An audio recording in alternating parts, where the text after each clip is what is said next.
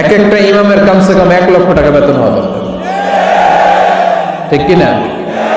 না খেয়ে না পড়ে অল্পতে তুষ্ট থেকে যারা শুকরিয়া করে এরা আমাদের আইম্মাতুল মাসাজিদ, মসজিদের ইমামরা, মসজিদের মুয়াজ্জিনরা।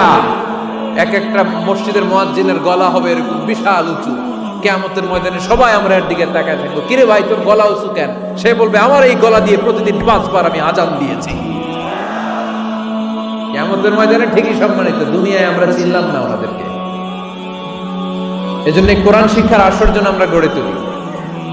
তালিমুল কোরআন প্রজেক্ট লাগবে, শিশুদের কোরআন শিক্ষার আসর, নারীদের কোরআন শিক্ষার আসর, বয়স্কদের কোরআন শিক্ষার আসর। আমরা কোরআন শিখে মরতে চাই, কোরআন জেনে মরতে চাই। No excuse will be granted that day. সেদিন আল্লাহ কোনো এক্সকিউজ গ্রহণ করবে না। সব পারো, হিন্দি তো ঠিকই কইতে পারো, হিন্দিতে কথা কইতে পারে না ছেলেপেলেরা? হিন্দি সিনেমা এমন দেখা দেখে হিন্দিতে কথা কইতে পারে।